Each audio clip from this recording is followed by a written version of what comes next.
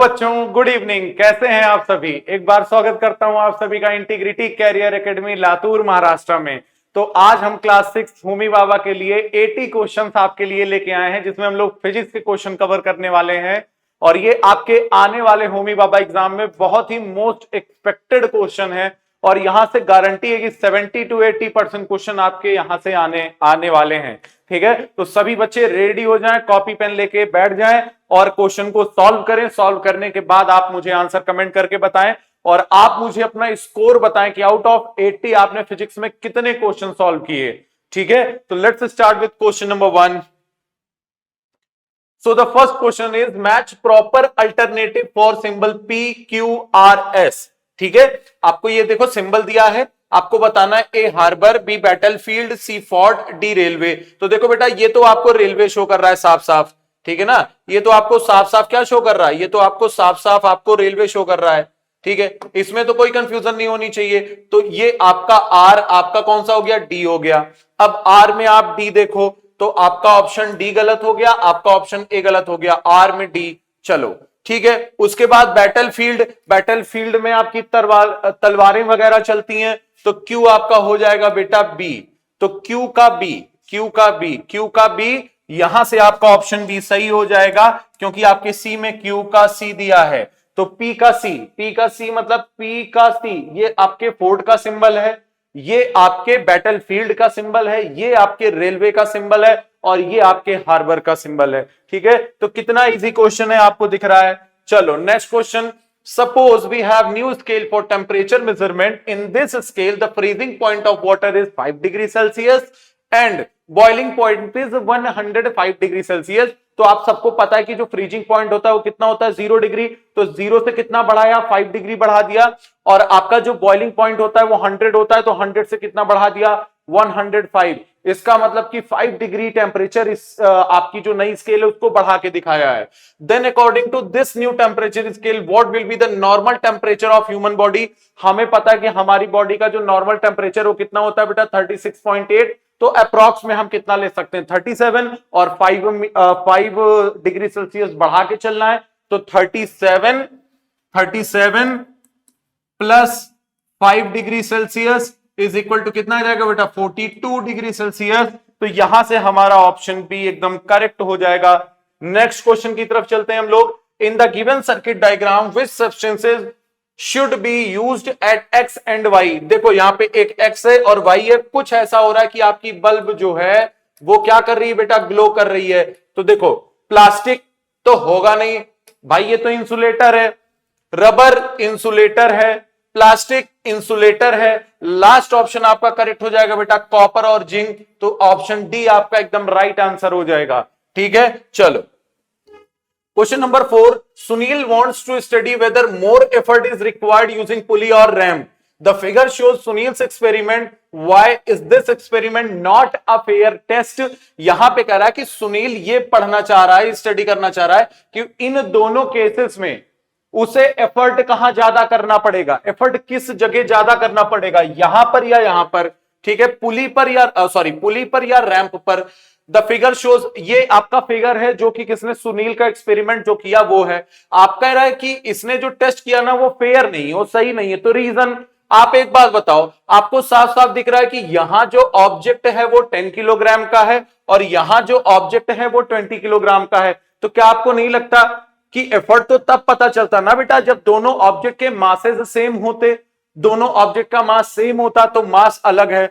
ठीक है, तो देखो यहां पे लिखा है he must take same load in both experiment. तो ऑप्शन डी आपका सही हो जाएगा कि उसे दोनों जगह जो मतलब उसने जो लोड लिया वो क्या होना चाहिए था, सेम होना चाहिए था। चलो question number 5। P, Q, R and S represent velocity of sound in air, wood, vacuum and water respectively. Select the correct alternative from below. ठीक है, आप एक चीज जान लो कि साउंड की स्पीड मैक्सिमम उस मतलब क्या बोलते हैं उसे, एक मिनट, सॉलिड लिक्विड गैस को क्या बोलते हैं बेटा, मीडियम। उस मीडियम में होगी जिस मीडियम में पार्टिकल्स ज्यादा होंगे। तो आपको पता है कि साउंड की स्पीड मैक्सिमम होती है सॉलिड में, क्योंकि सॉलिड के पार्टिकल ज्यादा, उसके बाद लिक्विड में और लिक्विड के बाद आपके गैस में। तो देखो यहां पे आपको ऑप्शन दिया है air, would, vacuum and water. तो आपको पता है कि वुड में सबसे ज्यादा होगी, तो वुड में साउंड की स्पीड सबसे ज्यादा, उसके बाद फिर किस में होगी बेटा, उसके बाद आपकी होगी वाटर में, ठीक है ना। यहां पे वुड कर लो, वुड हो गया, वाटर हो गया, ठीक है। उसके बाद आपकी स्पीड किस में होगी बेटा, एयर में। और आपको पता है कि वैक्यूम में तो साउंड ट्रेवल ही नहीं करता, वैक्यूम में तो कोई पार्टिकल ही नहीं है, साउंड आपको सुनाई ही नहीं देगी, आप चिल्लाते चिल्लाते आप अपना गला फाड़ दो, ठीक है। तो देखो यहां पे आपको कह रहा है QSPR, तो P कौन है, P कौन है, एयर, तो यहां P लिख दो। Q कौन है, वुड, तो यहां Q लिख दिया, ठीक है।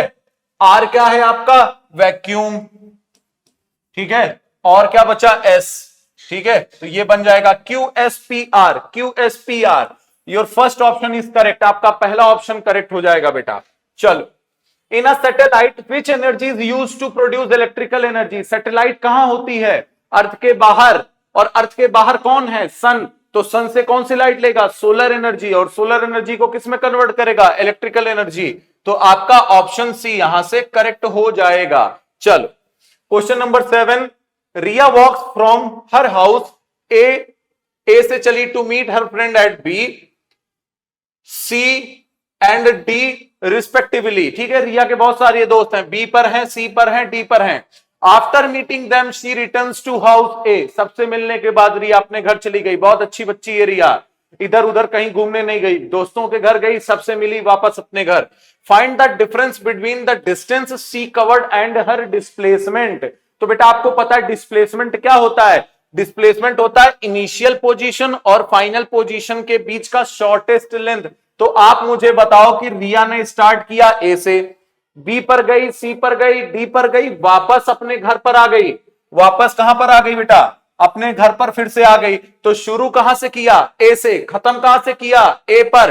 तो इनिशियल पॉइंट भी ए है, फाइनल पॉइंट भी ए है, दोनों पॉइंट सेम है, तो इनके बीच का डिफरेंस कितना आएगा, 0 हो जाएगा। इनके बीच का डिफरेंस कितना आ जाएगा, 0। तो आपका जो डिस्प्लेसमेंट है वो कितना आ गया बेटा, 0। अब आपको क्या निकालना है, अब आपको निकालना है डिस्टेंस। देखो ये 1 किलोमीटर, ये 2 किलोमीटर, तो ये भी कितना हो जाएगा, 1 किलोमीटर, और ये कितना हो जाएगा, 2 किलोमीटर। कैसे पता सर, एबीसीडी आपको क्या रेक्टेंगल नहीं दिख रहा है, रेक्टेंगल की अपोजिट साइड हमेशा सेम होती है। तो ये 1 किलोमीटर, तो ये भी 1 किलोमीटर, ये 2 किलोमीटर, तो ये भी 2। तो 1 + 2 3, 3 + 1 4, 4 + 2 6, ठीक है। तो जो डिस्टेंस डिस्प्लेसमेंट आया 0 आ गया बेटा, और जो आपका डिस्टेंस आया वो कितना आया, 6 किलोमीटर। तो दोनों का डिफरेंस 6 - 0, आपका आंसर 6 आ जाएगा, ऑप्शन डी आपका करेक्ट हो जाएगा। चलो नेक्स्ट क्वेश्चन पर चलते हैं हम लोग। Imagine you are going on trip from earth to moon. आप इमेजिन करो कि आप अर्थ से मून पर जा रहे हो, ठीक है ना, एंड देन टू मार्स, और उसके बाद मार्स पे भी जाना है। विच of the following physical quantity will not remain constant through out your trip. आपको ये बतानी है कि कौन सी फिजिकल क्वांटिटी आपके पूरे ट्रिप पर कांस्टेंट नहीं रहने वाली, मतलब बदलने वाली है।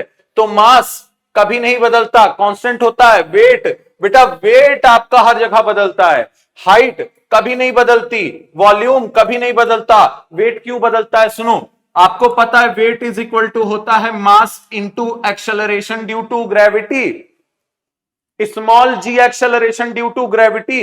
ये बेटा प्लेस टू प्लेस वेरी करता है, मास तो नहीं बदलेगा लेकिन जी की वैल्यू हर जगह बदलेगी, जिसकी वजह से आपका वेट भी बदलेगा। तो आपका ऑप्शन बी करेक्ट हो जाएगा। चलो, in an instance of football rolling on the ground which of the following is the correct option about motion it possesses. एक बात बताओ, फुटबॉल, फुटबॉल कैसा मोशन करता है, जल्दी बताओ जल्दी बताओ, फुटबॉल कैसा मोशन करता है। तो आपको पता होगा बेटा कि जो आपका फुटबॉल है वो आपका सर्कुलर मोशन करता है। जब आप किक करते हो तो कैसा मोशन करता है, सर्कुलर करता है, ठीक है। तो यहां पे दिया रैंडम लीनियर पीरियोडिक सर्कुलर, तो आपका ये हो जाएगा। बेटा पीरियोडिक तो करता नहीं है, पीरियोडिक का मतलब क्या होता है पता है, जो घड़ी होती है ना, घड़ी वो हर 1 घंटे बाद 12 पे आ जाती है, हर 1 घंटे बाद 12 पे आ जाती है, ठीक है। तो वो उसको पीरियोडिक कहते हैं। फुटबॉल में क्या, किसी ने कोई धीरे से मारा तो धीरे धीरे जा रहा है, किसी ने तेज से मारा तो तेज से जा रहा है, ठीक है। दूसरी चीज कर रहा है लीनियर मोशन, हमेशा सीधा सीधा कैसे जाएगा, ठीक है। अब कोई बॉल आ रही है, आपने हेड शॉट खेला, यहां से इधर चला गया, तो लीनियर थोड़ी है, कौन सा मोशन है, रैंडम मोशन। तो आपका पी और एस सही हो जाएगा, पी और एस, ऑप्शन डी आपका एकदम सही आंसर हो जाएगा। चलो नेक्स्ट क्वेश्चन नंबर 10 पर चलते हैं। While charging a mobile, X energy is converted into Y energy, find the correct option. आपसे कह रहा है कि जब आप मोबाइल चार्ज करते हो तो कौन सी एनर्जी किस में बदलती है। मुझे पहली बात बताओ, आप मोबाइल चार्ज कैसे करते हो, चार्जर से, और चार्जर को कहां प्लग करते हो, इलेक्ट्रिक सॉकेट में, बोर्ड में, तो वहां से आपको क्या मिलता है, इलेक्ट्रिकल एनर्जी, करंट मिलता है। तो देखो आपका हीट, ये तो गलत हो गया, केमिकल ये गलत हो गया, इलेक्ट्रिकल इलेक्ट्रिकल। आप मुझे बताओ मोबाइल चार्ज करने के बाद उसमें से जो आप यूज करते हो, अगर आप कोई गाना नहीं चला रहे, कोई वीडियो नहीं चला रहे, तो क्या साउंड एनर्जी में कन्वर्ट करता है, क्या बेटा साउंड एनर्जी में कन्वर्ट करता है। मोबाइल आवाज कर करके चलता है, नहीं ना। तो यहां से आपका जो करेक्ट ऑप्शन हो जाएगा वो ऑप्शन ए आपका राइट आंसर हो जाएगा। चलो next move to the identify which planet has both rings and magnetism. आपको बताना है कि कौन से प्लेनेट पर रिंग भी है, मैग्नेटिज्म में है। तो याद रखो कि जुपिटर से लेकर लास्ट के चारों प्लेनेट, जुपिटर, सैटर्न, नेपच्यून, और एक मैंने बीच में मिस कर दिया बेटा, यूरेनस, यूरेनस, ये चारों प्लेनेट रिंग क्रिएट करते हैं। तो मर्क्यूरी नहीं करता है, अर्थ नहीं करता है, जुपिटर करेगा और सैटर्न करेगा, रिंग प्लस मैग्नेटिज्म दोनों। तो आपका option Q and S, option B आपका एकदम राइट आंसर हो जाएगा। ठीक है, आई होप आप लोगों को क्वेश्चन समझ में आ रहा होगा। अगर आपको नहीं समझ में आता मुझे कमेंट करिए, मैं आपको एक्सप्लेन करूंगा, आपके कमेंट का जवाब दूंगा। चलिए question number 12, which social issue is highlighted by the given symbol. अरे ये तो बेटा आपके काम की चीज आ गई, ये आपके काम की चीज आ गई ना। यहां क्या रखा है, बुक रखी है, और बुक को मना कर रहा है कि किताब नहीं छूना, जो आप लोग छूते नहीं हो, ये कह रहा है। तो ये कौन सा, ये बेटा आपका सोशल इशू है। तो देखो चाइल्ड मैरिज, शादी, किताब लेके शादी करने के लिए तो कहेगा नहीं। सुपरस्टिशन, ये भी नहीं है। फीमेल फर्टिसाइड, बच्चे को मारना, ये भी नहीं है। इलिटरेसी बेटा क्या हो जाएगा आपका ऑप्शन, इलिटरेसी, ठीक है ना। जो लोग पढ़ाई नहीं करते, इलिटरेट पीपल, तो इलिटरेसी का ये साइन है। ठीक है, चलो which mode of transport is the most cost effective. इसमें सबसे ज्यादा कॉस्ट इफेक्टिव क्या है, तो जिसमें ज्यादा लोग बड़ा होगा वही कॉस्ट इफेक्टिव होगा। एक आपका ट्रांसपोर्ट बस है, एक आपका ट्रेन है, रिक्शा है, कार है। तो बेटा आपको पता होना चाहिए कि जो ट्रेन होती है ना, ये बहुत कॉस्ट इफेक्टिव होती है, क्योंकि इसमें बहुत सारे लोग जाते हैं, बहुत बड़ी ट्रेन होती है, तो बहुत ज्यादा कॉस्ट लगता है चलने के लिए। ठीक है, तो आपका ऑप्शन भी यहां से करेक्ट हो जाएगा। Question number 14, observe the given diagram which shows the cross section of a lock working on the principle of lever, identify its part and also recognise its type. ठीक है, तो देखो यहां पे आपको दिया, ये आपका डायग्राम है बेटा, तो आपको साफ साफ दिख रहा है ये क्या है, ये तो आपका फलक्रम है, ये आपका क्या है, फलक्रम है। यहां पे क्या रखा है बेटा, यहां पे आपका लोड रखा है। तो ऑप्शन मैच करा लो। सबसे पहला फलक्रम ये हो सकता है, ये हो सकता है, ये दोनों तो आपके गलत हो गए। क्यों ऊपर क्या रखा है, ये लोड है ना बेटा, ऊपर फलक्रम नीचे लोड, तो बी ऑप्शन में लोड यहां सही है। और यहां एफर्ट नहीं बेटा, ये गलत हो गया। आपका ऑप्शन ए सही हो जाएगा। पी आपका फलक्रम है, क्यू आपका लोड है, आर आप यहां से आप क्या कर रहे हो, एफर्ट कर रहे हो। सेकंड टाइप, कौन सा सेकंड टाइप में आता है ना ये, ठीक है, ऑप्शन ए आपका सही हो जाएगा। चलो, an electrician always has to wear rubber gloves while working. जो आपके इलेक्ट्रीशियन होते हैं, जब वो कभी भी तार वगैरह का काम करते हैं, इलेक्ट्रिसिटी का काम करते हैं, तो हमेशा रबर का ग्लव्स पहनते हैं। क्यों पहनते हैं, ताकि वो इलेक्ट्रिसिटी शॉक से बच जाएं। आपको पता है ना कि रबर क्या होता है, रबर आपका इंसुलेटर है, बैड कंडक्टर ऑफ इलेक्ट्रिसिटी है। तो जब आप उसको पहन लोगे तो करंट अगर लगेगा आपके हाथ पे तो असर ही नहीं करेगा, इसलिए पहनते हैं। To keep his hand dry, बिल्कुल नहीं, टू इंसुलेट हिम, क्या करने के लिए, इंसुलेट करने के लिए बेटा। ठीक है ना, इंसुलेशन समझते हो ना, इंसुलेट करेगा तो करंट फ्लो ही नहीं करेगा। चलो नेक्स्ट क्वेश्चन पर चलते हैं। Vijay wants to do an experiment, he want all the light to pass through object 1 and fall on the object 2 but not pass through it, what might be object 1 and 2।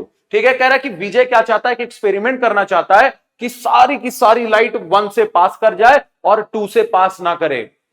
तो एक बात बताओ, कोई भी light किस मीडियम से पास करती है?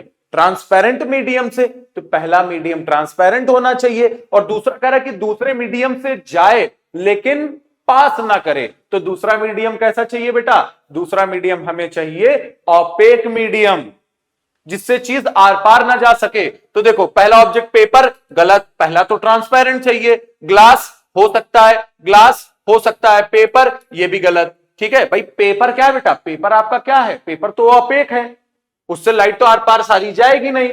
ठीक है, तो इसका मतलब ग्लास। ग्लास क्या? ग्लास आप समझते हो ना, कांच इधर से उधर दिखाई देता है। तो ये तो आपका ट्रांसपेरेंट है, सारी लाइट पास कर जाएगी। सेकंड आपको क्या चाहिए? सेकंड चाहिए कि जिससे पास ना करे।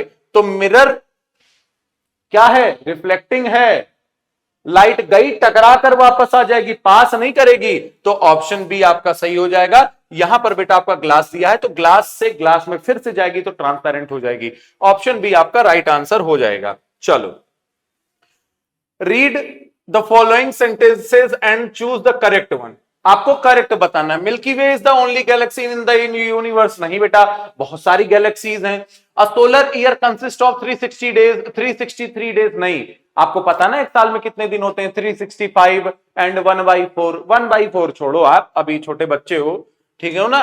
365 day. Mercury is the hottest planet. नहीं बेटा, हॉटेस्ट प्लेनेट आपका वीनस है। Jupiter is the fastest spinning planet. तो आपका ऑप्शन एस यहां से सही हो जाएगा। आपका ऑप्शन एस यहां से क्या हो जाएगा? सही हो जाएगा। चलो, how does excretory system help in maintaining our health? बेटा मेरी हेल्थ खराब हो गई इस क्वेश्चन को देख के। ये क्वेश्चन कहां का है? ये क्वेश्चन आपका बायो का है, ठीक है ना? तो बायो बेटा मुझे नहीं आता। चलो, a boy of mass 20 kilogram sits at a distance of 80 centimeter front the fulcrum of a seesaw. Calculate the mass of the boy who sit at a distance of 40 centimeter from the fulcrum in order to balance the seesaw. तो आपको पता है कि जो आपका ये fulcrum होता है, जैसे आपका ये मिडिल पार्ट है, तो एक लोग कोई इधर बैठा है, ठीक है, एक कोई इधर बैठा है, ठीक है। अब इन दोनों को बैलेंस करना है, मतलब कोई नीचे ना जाए कोई ऊपर ना जाए। तो ए साइड और ये बी साइड दोनों इक्वल होनी चाहिए, लेंथ प्लस आपका मास दोनों। तो इधर कितने मास है? 20 किलोग्राम, और इनके बीच का डिस्टेंस कितना है बेटा? 80 सेंटीमीटर। ये आपका मान लो मिड पॉइंट है, ठीक है ना? वो बीच में होता ना, बीच के इधर उधर बैठते हैं, ये आपका क्या है? ये आपका मिड पॉइंट है। चल, ये हो गया। अब अच्छा, बी पे आ जाओ। क्या कह रहा है कि इनके बीच का जो डिस्टेंस है बेटा वो 40 सेंटीमीटर है। आपको क्या बताना है? आपको मास बताना है। तो कोई दिक्कत नहीं है, 20 into 80 is equal to 40 centimetre, ये भी सेंटीमीटर में है, इंटू एक्स मास। एक्स की वैल्यू चाहिए 40, इधर ले आओ। चलो, ये 40 इधर आ गया, ये कट गया, ये कट गया। 4 1 जार 4, 4 2 जार 2, ठीक है। तो यहां पे कितना आ गया? 20 इंटू 2, आपका आंसर आ जाएगा 40 किलोग्राम। ऑप्शन सी आपका राइट आंसर हो जाएगा। जिन बच्चों को ये क्वेश्चन नहीं समझ में आया, आप बैक करके देखना, आपको समझ में आ जाएगा, ठीक है। चलो, read the following statement. Vicky कह रहे हैं कि work is always done by the force, की जो भी हम वर्क डन करते हैं उसके लिए हमें फोर्स चाहिए होती है। विकी बहुत अच्छा बच्चा है, बहुत अच्छी बातें कर रहा है। रॉकी कह रहा है कि moving body can be stopped by applying force, कि अगर कोई मूव कर रहा है, अगर कोई इधर उधर जा रहा है, जैसे आप इधर उधर जाते हो ना, तो पापा एक झापड़ मारते हैं, तो पापा ने क्या अप्लाई किया? फोर्स। फोर्स अप्लाई करके आपको क्या कर दिया? रोक दिया। तो किसी भी मूविंग ऑब्जेक्ट को हम फोर्स अप्लाई करके रोक सकते हैं। मिकी कह रहा है we do not need energy to write answer of the question on paper. एक बात आप मुझे बताओ, आपकी तबीयत खराब हो जाती है तो आप कहते हो सर मैंने होमवर्क नहीं किया क्योंकि कल मुझे बुखार था, एनर्जी मेरी थी ही नहीं। तो बिना एनर्जी के आप कैसे लिखोगे? तो मिक्की आपका गलत कह रहा है, who is telling the wrong fact. तो मिक्की आपका रॉन्ग हो जाएगा, मतलब आपका राइट आंसर जो करेक्ट ऑप्शन होगा वो ऑप्शन ए आपका करेक्ट हो जाएगा। चलो, infrasonic sound is audible to which of the following animal. आपको पता है इंफ्रासोनिक? नहीं पता? चलो मैं बताता हूं। इंफ्रासोनिक, इंफ्रासोनिक, इंफ्रासोनिक मतलब आपकी जो साउंड वेव होती है ना बेटा, उसमें जो भी लोग होते हैं वो आपका विलो 20 हर्ट्ज सुन पाते हैं। 20 हर्ट्ज से कम की आवाज को सुन पाते हैं, उससे ऊपर का नहीं सुन पाएंगे। ठीक है, तो पहला बीटल 22, ये 20 ही है तो ये भी नहीं बेटा, यहां देखो बिलो लिखा है, 20 से बिलो होना चाहिए। मोथ आपका 10 हर्ट्ज सुन लेता है 100 तक, तो ये आपका ठीक है, सुन सकता है। फ्लाइज आपकी जो फ्लीज होती हैं, सॉरी फ्लीज, मक्खियां, फ्लीज, ये 38 हर्ट्ज, तो ये भी आपका आंसर गलत हो गया। आपका मोथ सही हो जाएगा, तो ओनली ऑप्शन 2 आपका करेक्ट हो जाएगा, क्योंकि इंफ्रासोनिक जो साउंड होती हैं वो 20 हर्ट्ज से कम होती हैं, और यहां पे सिर्फ आपका मोथ ही ऐसा है कि जो नीचे की रेंज को सुन सकता है। चलो question number 22, two mirrors are kept at an angle of 90 degree, an object is kept front of these two mirror, how many images can be seen? आपके दो मिरर 90 डिग्री एंगल पर रखे हुए हैं, दोनों मिरर के बीच का एंगल 90 डिग्री है, उनके सामने एक ऑब्जेक्ट रखा है, आपको बताना है कितनी इमेज बनेगी। तो बेटा इसके लिए आप फॉर्मूला याद कर लीजिए कि नंबर ऑफ इमेजेस, ठीक है, ये सिर्फ टू मिरर का के लिए फॉर्मूला है कि जब दो मिरर किसी एंगल पर रखे हो तो कितनी इमेज बनेगी।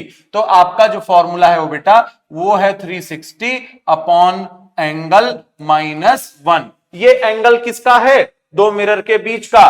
तो देखो 360 अपॉन 90 -1, 0 से 0 कट गया, 9 1 जार 1, ये 4 आ गया, 4 -1, आपकी 3 इमेज बनेंगी। अगर दो मिरर आपके 90 डिग्री पर रखे हैं, उनके सामने कोई ऑब्जेक्ट रखा है, तो इमेज कितनी बनने वाली है? 3 इमेज बनने वाली है। तो यहां से आपका ऑप्शन सी एकदम करेक्ट हो जाएगा। चलो, in a rainbow which colour is adjacent to yellow? Yellow के जस्ट एडजेसेंट, जस्ट बगल कौन सा कलर है? तो चलो हम पहले लिख लेते हैं कि रेनबो में कलर कौन कौन से बनते हैं। तो याद करने का तरीका है बेटा, इसे हम लोग पढ़ते हैं विब ग्योर। क्या पढ़ते हैं? विब ग्योर। हिंदी में भी देखो लिख दिया, हिंदी मेरी कमजोर तो नहीं है, ठीक है। चलो विब ग्योर, तो वी से वॉयलेट, आई से इंडिगो, बी से ब्लू, जी से ग्रीन, वाई से येलो, ओ से ऑरेंज और आर से रेड। तो वाई के एडजेसेंट में कौन है? ग्रीन और ऑरेंज, ठीक है। तो देखो रेड नहीं, ग्रीन, ठीक है, ब्लू, इंडिगो, तो आपका ग्रीन यहां से राइट आंसर हो जाएगा। चलो, dash developed the technique of producing electricity with the help of magnet. मतलब कौन था ये साइंटिस्ट के नाम दिए हैं कि जिसने मैग्नेट की हेल्प से इलेक्ट्रिसिटी को जला दिया, मैग्नेट का यूज करके इलेक्ट्रिसिटी जला दिया। तो बेटा इनका नाम था फैराडे, माइकल फैराडे, जिन्होंने इलेक्ट्रोमैग्नेटिक इंडक्शन के बारे में बताया कि कैसे हम मैग्नेट का यूज करके इलेक्ट्रिसिटी को प्रोड्यूस कर सकते हैं। तो यहां से आपके जो फैराडे भाई साहब हैं, ये बहुत अच्छे आदमी हैं, इन्होंने डेवलप किया ये टेक्निक। चलो, select the group of magnetic material. आपको बताना है मैग्नेटिक मटेरियल कौन सा है। आयरन तो अपर एल्यूमिनियम नहीं है, कोबाल्ट है, आयरन है, जिंक नहीं है, आयरन है, स्टील है, निकिल है, ठीक है। तो यहां पे स्टील आपका नहीं होगा, आयरन, कोबाल्ट, निकिल, ये आपका करेक्ट ऑप्शन हो जाएगा, ठीक है बेटा। मैग्नेटिक मेटल में आयरन, कोबाल्ट, निकिल, ये आपके मैग्नेटिक मटेरियल हैं, मैग्नेटिक मेटल है, मेटल मेटल मेटल, ठीक है। देखो यहां पे आपका स्टील भी मैग्नेटिक मटेरियल है, लेकिन ये मेटल नहीं है बेटा। स्टील क्या है? स्टील तो एलॉय है ना, एलॉय। चलो, in the given figure x y is an iron rod, x y एक आपकी आयरन रॉड है। If we want to produce north pole at the point x, then, कि एक ये आपका आयरन रॉड है, ठीक है, ये हमारा मैग्नेट है, मुझे एक्स पॉइंट पर नॉर्थ पोल बनाना है, तो क्या करना पड़ेगा? आपको पता है बेटा, आपको नॉर्थ पे, एक्स पॉइंट पे क्या करना है कि एक्स पॉइंट पे आपको मैग्नेट लेना है और बीट करना चालू कर देना है नॉर्थ पोल से। मैग्नेट का नॉर्थ पोल एक्स पर पीटते पीटते, बीट करते करते वाई पर जाना है। इसी प्रोसेस को कई बार करना है, तो थोड़ी देर बाद आपका जो एक्स है वो किस तरह बिहेव करने लगेगा? वो आपका नॉर्थ पोल की तरह बिहेव करने लगेगा, ठीक है ना। Rub north pole from x to y, ये आपका एकदम सही है, ठीक है। ये आपका ऑप्शन ए यहां से एकदम सही हो जाएगा, ठीक है, कि एक्स से वाई क्या करना है? रब करना है। Milky way is a Galaxy of spiral, elliptical, Baird spiral, irregular. जो आपका मिल्की वे है ना बेटा, वो आपका स्पाइरल शेप का है। देखते नहीं ऐसे सर्कल के अंदर, ऐसे सर्कल मुझसे तो बनेगा नहीं, ये ऐसे ऐसे, ये ऐसे ऐसे, कितना बनाऊं, बहुत बड़ा बन जाएगा, ऐसा आपका कुछ है ना, तो इसको स्पाइरल शेप के बोलते हैं। क्या बोलते हैं? Spiral shape. Guess who am I am the fastest moving planet. I am visible only in the morning और इवनिंग। आपको पता है कि दो ही ऐसे हमारे प्लेनेट हैं जो मॉर्निंग में इवनिंग में दिखते हैं, एक हमारा एक हमारा मर्क्यूरी है, एक हमारा वीनस है। उन दोनों में अगर हम फास्टेस्ट की बात करें बेटा, तो मर्क्यूरी हमारा फास्टेस्ट है, तो ऑप्शन बी आपका सही हो जाएगा। I am visible only when I am away from the sun. कह रहा कि मैं तभी दिखता हूं जब मैं सन से अवे होता हूं, थोड़ा दूर होता हूं। ठीक है, चलो। Who can easily jump we can easily jump 1 metre high on the moon because हम आराम से 1 मीटर मून पर जंप कर सकते हैं। क्यों? क्योंकि बेटा वहां पर जी की जो वैल्यू है, एक्सेलरेशन ड्यू टू ग्रेविटी की वैल्यू वहां पर अर्थ का 1/6 है। मतलब कितना?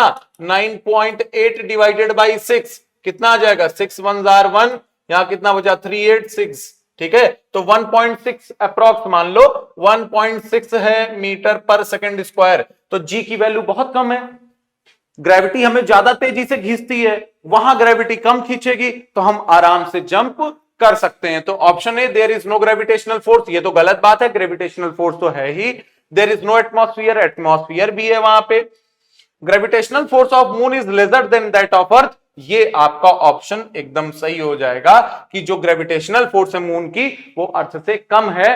तो वो देखो ग्रेविटेशनल फोर्स करती क्या है? नीचे की तरफ खींचती है, तो हम थोड़ा सा जंप करेंगे तो अर्थ खींच लेगी जल्दी से। क्यों? क्योंकि जी की वैल्यू ज्यादा है, मून पर जी की वैल्यू कम है, तो हमें कम फोर्स लगानी पड़ेगी, तो हम ज्यादा जंप कर सकते हैं। चलो, Which among the following can have an area of about 2 square metre? किसका एरिया 2 स्क्वायर मीटर हो सकता है? तो बेटा आप एक बात बताओ, स्क्वायर मीटर का मतलब क्या हुआ? 2 मीटर स्क्वायर, ये मतलब हुआ। इसका मतलब ये भी 1 मीटर होना चाहिए, इधर भी 1 मीटर होना चाहिए। तो जब आप इसका L इंटू बी करोगे तब आंसर आपका कितना आ जाएगा?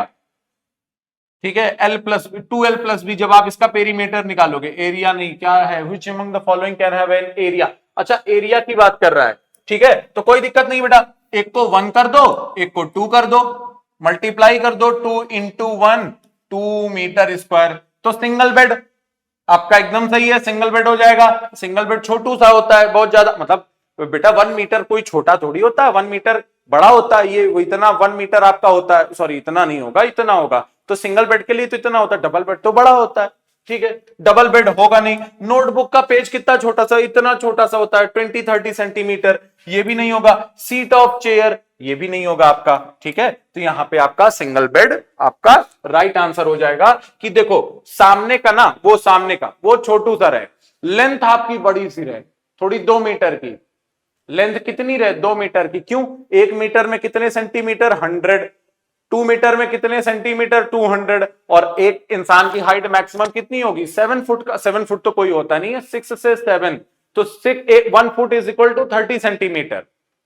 ठीक है, तो आपका सिंगल बेड हो जाएगा। चलो, area of an irregular shape object is measured with the help of graph x y z as shown in the figure. Which graph paper will measure the area more accurately? आप accurately, आपसे क्या कह रहे हैं बेटा कि irregular shape का area measure करना है। तो इरेगुलर होगा तो छोटी छोटी जगह पे मेजर करना पड़ेगा ना भाई। जैसे बड़े बड़े ब्लॉक ले लोगे, अब इसी में कहीं पे बेटा इरेगुलर आ गया तब तो दिक्कत हो जाएगी। इसमें भी आ जाएगा।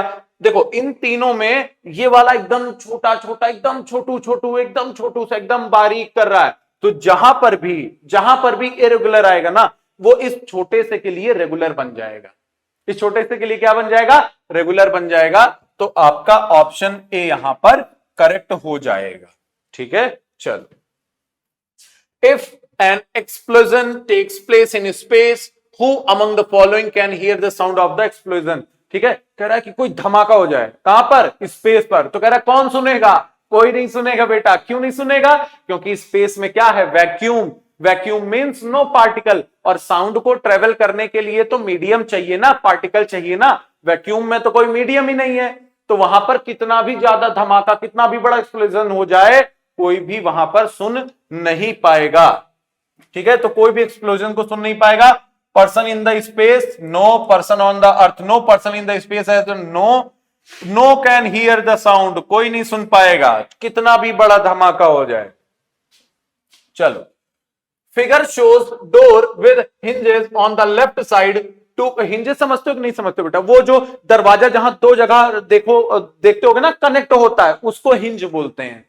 दरवाजा ऐसे खोलते हो, बंद करते हो, तो मान लो इधर से खोल रहे हो तो उधर साइड होता नहीं, किनारे पे दो हिंज दो जगह से जहां से जुड़ा होता है, जहां से आपका दरवाजा जुड़ा होता है, उसे हिंज बोलते हैं।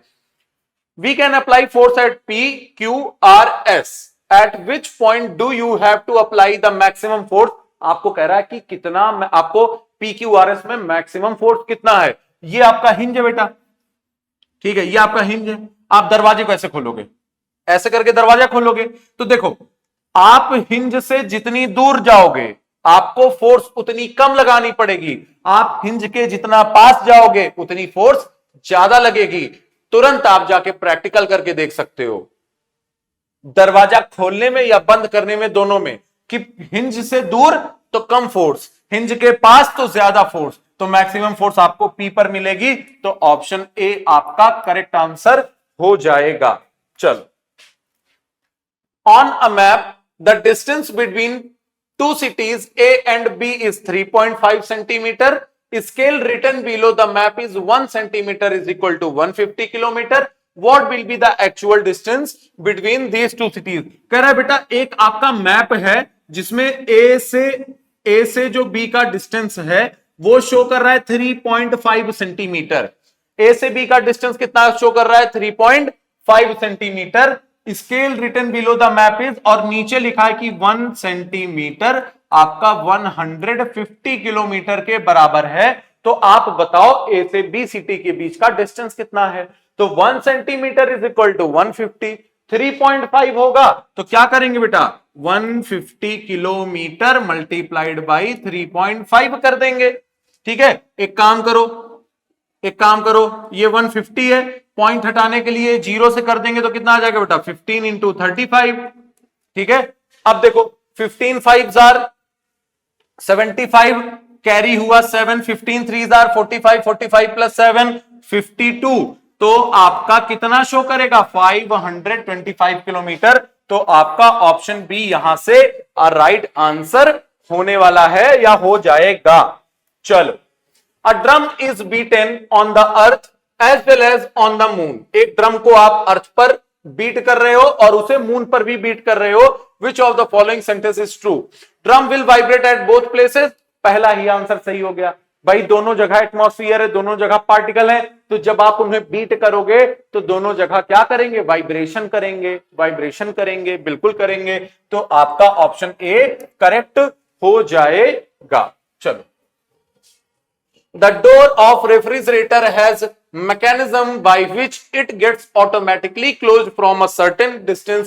In this phenomena dash force is used. बेटा जब आप फ्रिज ओपन करते हो ना और बंद करते हो तो आप पूरा बंद नहीं करते, आप उसे छोड़ देते, ऐसे धक्का लगा के छोड़ दिया तो आप देखते हो कि ऑटोमेटिक बंद हो जाती है। वो थोड़ी पास पहुंचती कोई उसे खींच लेता है, तो कौन खींचता है? उसमें मैग्नेट लगा होता है, मैग्नेटिक फोर्स। ठीक है, तो आपका ऑप्शन बी यहां से करेक्ट हो जाएगा। मैग्नेट क्या करता है? अट्रैक्ट कर लेता है, एक दरवाजे पर नॉर्थ, एक दरवाजे पर साउथ, तो जैसे ही नजदीक पहुंचता है वो तुरंत उसको क्या करता है? अट्रैक्ट कर लेता है।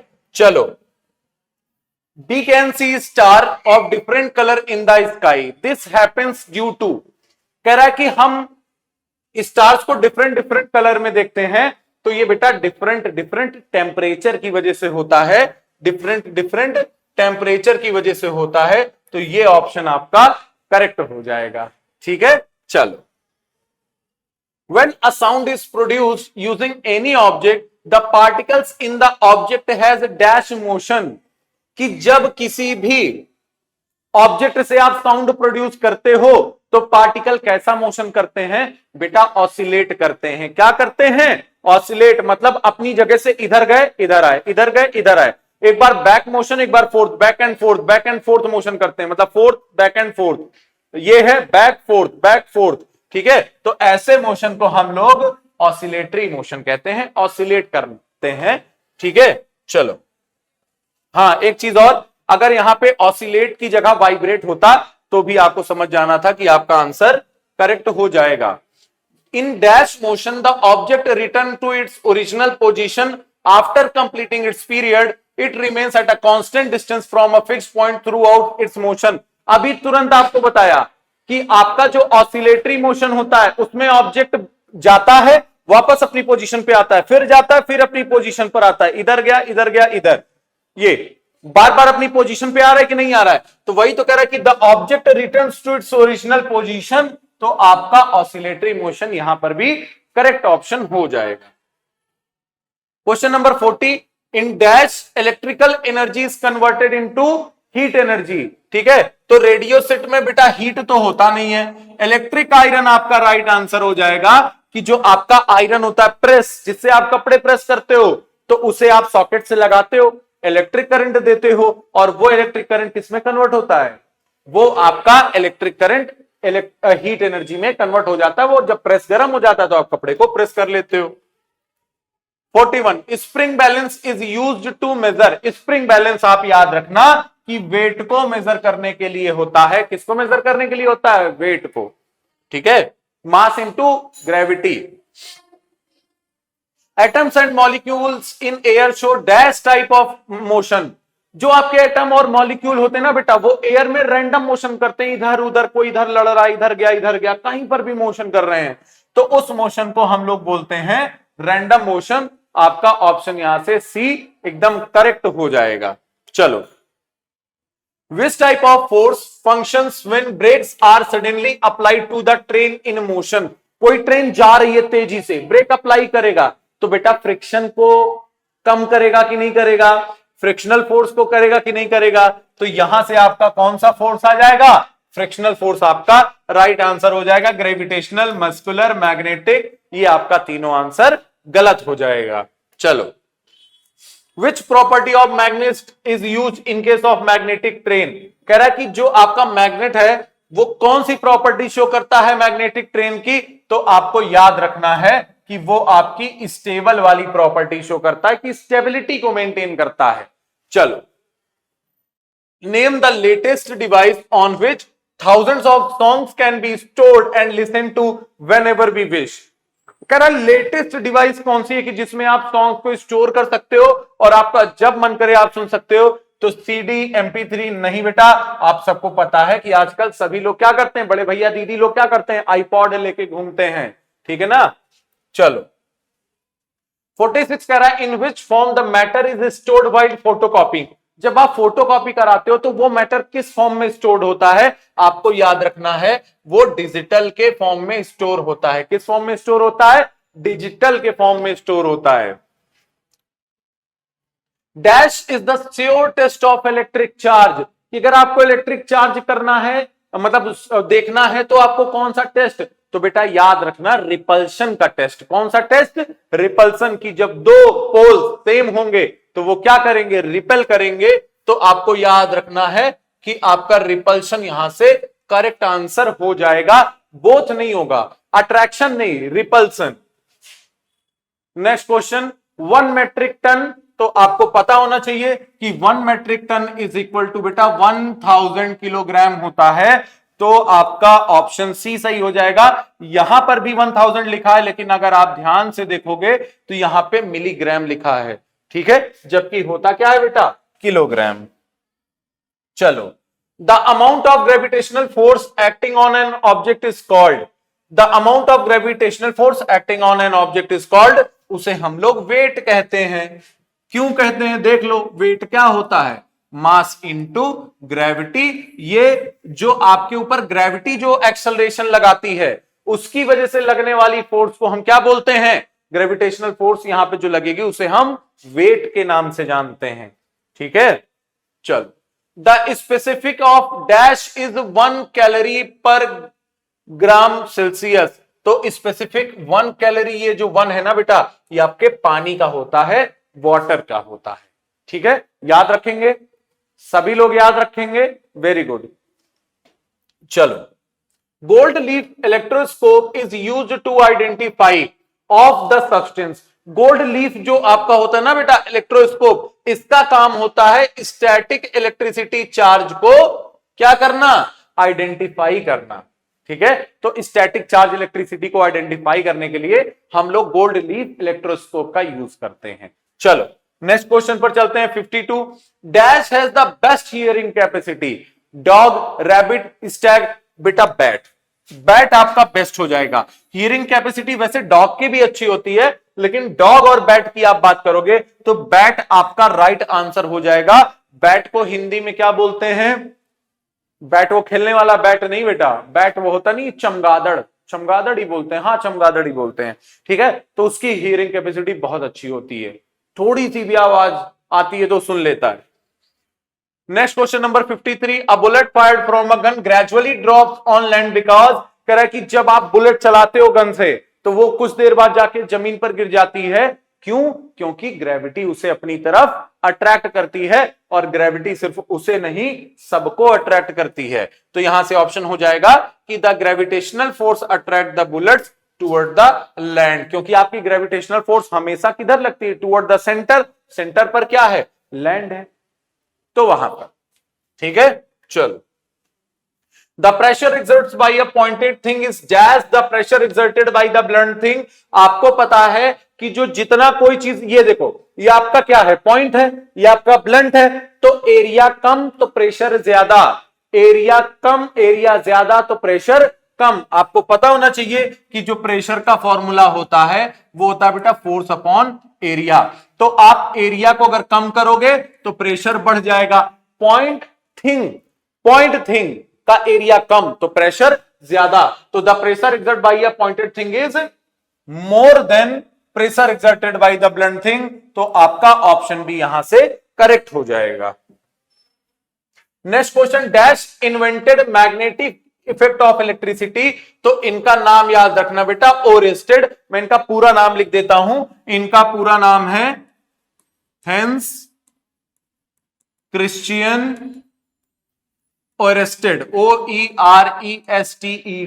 ठीक है, ये इनका पूरा नाम है। इन्होंने सबसे पहली बार बताया था कि जो आपका इलेक्ट्रिसिटी होता है, जो आपका करंट होता है, वो मैग्नेटिक इफेक्ट भी दिखाता है। मतलब कि मान लो ये वायर है, इस वायर में करंट फ्लो हो रहा है, तो जानते हो, आपको पता है ये जो आपका वायर है ना, ये अपने आसपास मैग्नेटिक फील्ड भी बनाता है, ये अपने आसपास मैग्नेटिक इफेक्ट दिखाता है। तो नाम क्या है इनका, ओरेस्टेड। पूरा नाम मान लो ओरेस्टेड नहीं आया, हेंस क्रिश्चियन आया, तो आपको याद रहना चाहिए।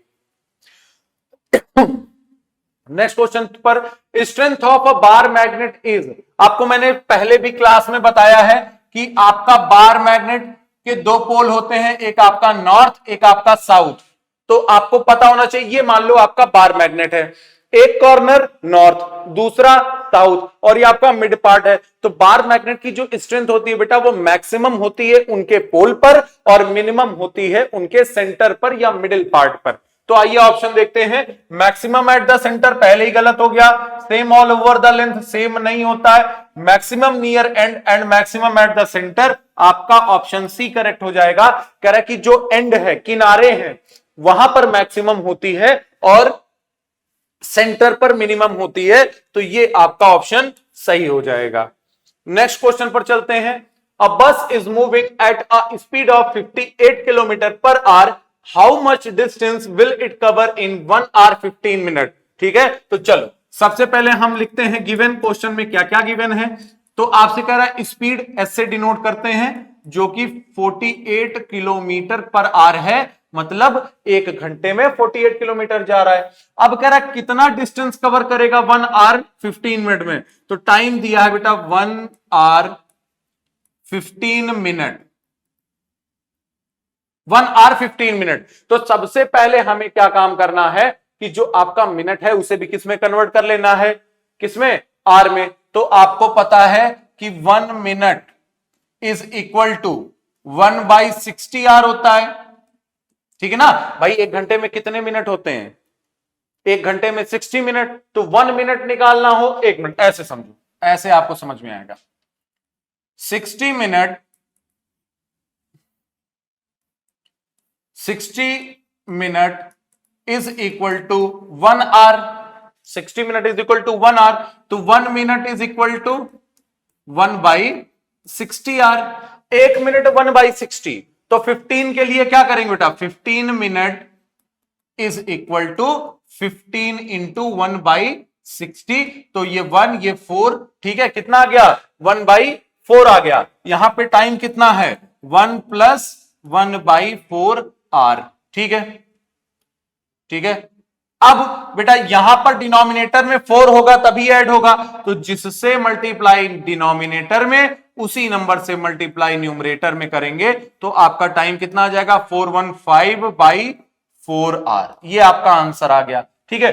टाइम आपको पता चल गया, स्पीड आपको पता चल गया, तो डिस्टेंस का फॉर्मूला क्या होता है बेटा, यहां पे हम लोग सॉल्व कर लेते हैं। डिस्टेंस का फॉर्मूला होता है स्पीड इंटू टाइम। स्पीड कितनी है 48 किलोमीटर पर आवर है, टाइम कितना है 5/4 है, ठीक है। तो 4 1 आर 4, यहां पे 1 आ गया, यहां पर 2 आ गया, 12 5 आर 60, तो 1 आवर 15 मिनट में 60 किलोमीटर का डिस्टेंस कवर करने वाले हैं। चलो, Why should we use taps with pressure knob at public places? पर कह रहा कि जो पब्लिक प्लेसेस होते हैं ना, वहां पर हम लोग टैप्स का यूज क्यों करते हैं प्रेशर के साथ, क्योंकि दे अवॉइड वेस्टेज ऑफ वाटर, ये वाटर के वेस्टेज को क्या करते हैं अवॉइड करते हैं, ठीक है। चल, अब बोटमैन यूजेस अ पोल, जो आपके बैटमैन होते हैं वो पोल का यूज क्यों करते हैं, बोटमैन होते हैं नहीं, पोल मतलब वो डंडे लिए रहते हैं, ठीक है, तो वो क्यों लिए रहते हैं, to balance the boat in deep water, कि डीप वाटर में जो आपकी बोट है वो, एक मिनट बेटा, सॉरी, ये भी आंसर आपका सही है, लेकिन जो मेन आंसर होगा ना बेटा, to change direction in deep water, कि डायरेक्शन को बदलने के लिए, वो देखो ऐसे घुमाते हैं डायरेक्शन को चेंज करने के लिए, तो आपका ऑप्शन सी यहां पर करेक्ट हो जाएगा। ऑप्शन बी भी ठीक है, लेकिन आपको पता है कि सी ऑप्शन ज्यादा एक्यूरेट है, तो change the direction in deep water आपका करेक्ट आंसर हो जाएगा। Why does the speed increase while sliding down a slide, कह रहा है कि जब आप किसी चीज से स्लाइड करते हुए आते हैं तो आपकी स्पीड क्यों बढ़ जाती है, क्योंकि ग्रेविटेशनल फोर्स किधर लगती है, नीचे की तरफ लगती है, तो स्लाइड कर रहे हो ग्रेविटी भी आपको खींच रही है, तो दोनों की वजह से आपकी जो ग्रेविटेशनल फोर्स है वो बढ़ जाती है, ठीक है, ठीक है। अच्छा बेटा, यहां पे आपका आंसर फ्रिक्शनल फोर्स भी हो सकता है एक हिसाब से, क्योंकि आपका सरफेस जितना ज्यादा स्लिपरी होता है फ्रिक्शनल फोर्स कम लगती है, और फ्रिक्शनल फोर्स कम लगेगी तो आप तेजी के साथ नीचे आएंगे, लेकिन ग्रेविटेशनल फोर्स यहां पे आपको नीचे की तरफ खींचती है, तो सी ऑप्शन आपका ज्यादा एक्यूरेट हो जाएगा। Area of paper is 0.6 metre square, बेटा ये मीटर स्क्वायर है, आप लोग कंफ्यूज मत होइएगा, मीटर स्क्वायर है। If the length of the paper is 30 centimetre, what will be its breadth, ठीक है। तो देखो एरिया कितना दिया है 0.06 मीटर स्क्वायर, लेंथ कितनी दी है, लेंथ आपको दिया बेटा 30 सेंटीमीटर, आपसे पूछ क्या रहा है ब्रेथ, ठीक है। पेपर का शेप कैसा होता है रेक्टेंगल, ठीक है, तो एरिया निकालना है, एरिया ऑफ रेक्टेंगल का फॉर्मूला आपको पता होना चाहिए, लेंथ इंटू ब्रेड्थ होता है, ठीक है। अच्छा बेटा यहां देखो सारे आंसर आपको मीटर में दिए हैं, लेकिन जो आपकी लेंथ है वो तो सेंटीमीटर में है, तो हम एक काम करते हैं, सेंटीमीटर को किस में कन्वर्ट करते हैं मीटर में, तो 30 सेंटीमीटर को मीटर में चेंज करोगे तो डिवाइडेड बाई 100 करना पड़ता है, क्या करना पड़ता है डिवाइडेड बाई 100, तो यहां से कितना आ जाएगा देखो एक जीरो से एक जीरो कट गया, तो यहां से आपका आंसर कितना आ जाएगा 0.3 आ गया, ठीक है। अच्छा चलो, एरिया ऑफ रेक्टेंगल कितना दिया बेटा 0.06 is equal to 0.3 into breadth, तो इसको इधर डिवाइड कर दोगे तो ब्रेड इज इक्वल टू कितना आ जाएगा 0.06 डिवाइडेड बाई 0.3, तो यहां से कट करोगे तो आपका जो ब्रेड आ जाएगा ये कितना आ जाएगा बेटा 0.2, ठीक है। तो करेक्ट आंसर आपका क्या हो जाएगा 0.2, ठीक है। कंफ्यूज नहीं होना, देखो यहां पे मैं बता दे रहा हूं 0.3 मल्टीप्लाइड बाई 0.6, तो एक पॉइंट के बाद यहां, एक पॉइंट के बाद यहां, 3 2 आर 6, 2 0 0 0 3 आर 0, यहां पे भी कितना आ गया 0, ये 6 ये 6 ये 6, एक पॉइंट बाद एक पॉइंट बाद यहां 0.06 आ गया। कंफ्यूज नहीं होना, ए और बी ऑप्शन में कंफ्यूज नहीं होना, ए ऑप्शन आपका करेक्ट हो जाएगा। ठीक है, चलो नेक्स्ट क्वेश्चन कह रहा है बेटा what will be the relation between volume and capacity of a wooden box, कि आपका वॉल्यूम और कैपेसिटी से क्या मतलब है। तो आप एक बात याद रखो कि जितना आपका वॉल्यूम होता है ना, आपकी कैपेसिटी हमेशा उससे कम होती है। ठीक है, तो कैपेसिटी कम और आपका वॉल्यूम ज्यादा, ऑप्शन बी आपका करेक्ट ऑप्शन हो जाएगा। ठीक है, चलो भाई बाहर का वॉल्यूम क्या है, ज्यादा है, अंदर कैपेसिटी क्या है, कम है, तो कैपेसिटी कम वॉल्यूम ज्यादा। Mohan applies brakes to a moving scooter, choose correct statement for the following alternatives. Work is done by Mohan, Mohan ने ब्रेक लगा के स्कूटर रोका, तो क्या मोहन ने वर्क डन किया, क्या मोहन चला गया क्या ब्रेक को पकड़ने, गलत बात। नो वर्क इज परफॉर्म्ड, ये भी गलत है, ब्रेक लगाओगे तो आपकी स्कूटर रुकेगी, तो वर्क तो हो ही रहा है। Work is done by engine of the scooter, work कौन कर रहा है, इंजन कर रहा है, इंजन जाके ब्रेक पर फोर्स लगा रहा है, भाई उसने तो हाथ से दबा दिया, बाकी का काम कौन कर रहा है, इंजन कर रहा है बेटा। ठीक है, ऑप्शन सी यहां से आपका करेक्ट हो जाएगा। When an object is hung on a spring balance, what effect it has on the spring balance of the, एक मिनट फिर से क्वेश्चन रिपीट करता हूं। When an object is hung on a spring balance, एक आपका spring balance है, उसमें कोई आपका ऑब्जेक्ट हंग कर रहा है, हंग मतलब आपने लटका दिया।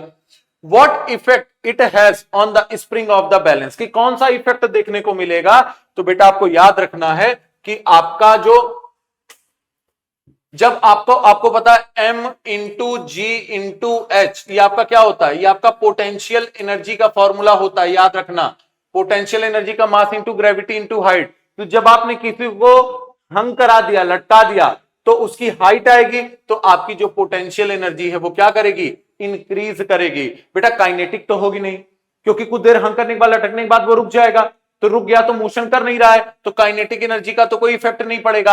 अब हाइट की वजह से पोटेंशियल एनर्जी क्या करेगी, इंक्रीज करेगी। Next question,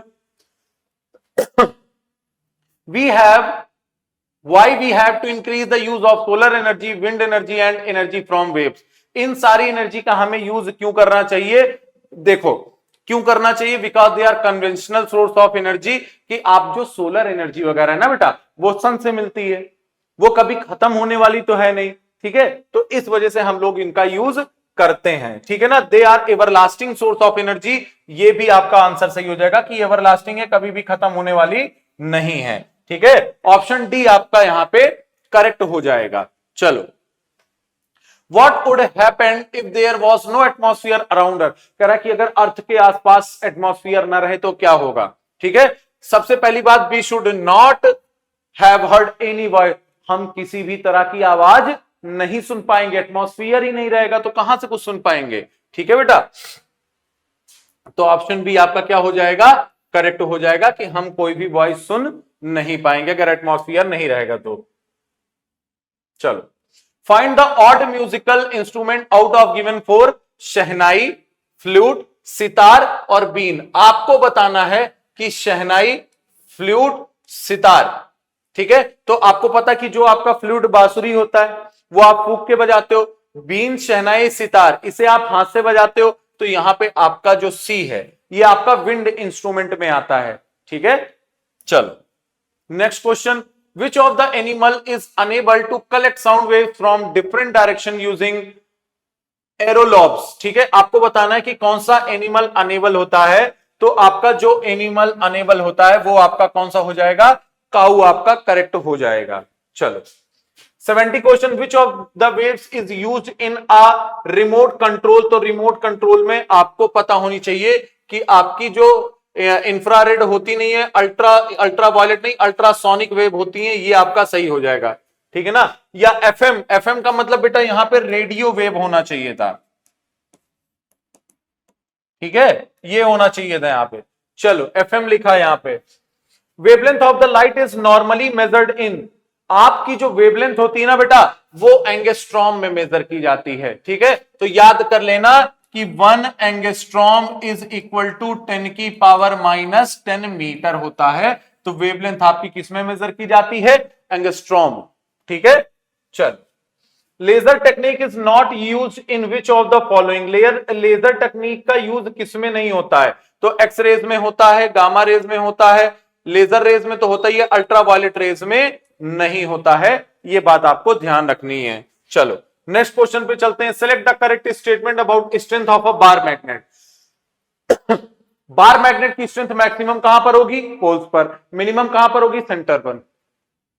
maximum at the centre गलत, मैग्नेट इज सेम ये भी गलत। क्वेश्चन देखो रिपीट किया है, strength of magnet is maximum near the end and maximum at the centre. आपका ऑप्शन सी यहां से करेक्ट हो जाएगा। Next question, which type of magnet is used in generator. तो इस क्वेश्चन का आंसर हो जाएगा कि जनरेटर में हम लोग बेटा हॉर्स शू मैग्नेट का यूज करते हैं। हॉर्स शू मैग्नेट आपका कुछ देखने में इस तरीके का होता है, एक तरफ यहां पर नॉर्थ होता है, एक तरफ यहां पर आपका साउथ होता है। ठीक है, चलो। If magnet compass is kept near a bar magnet where it will remains parallel to bar magnet.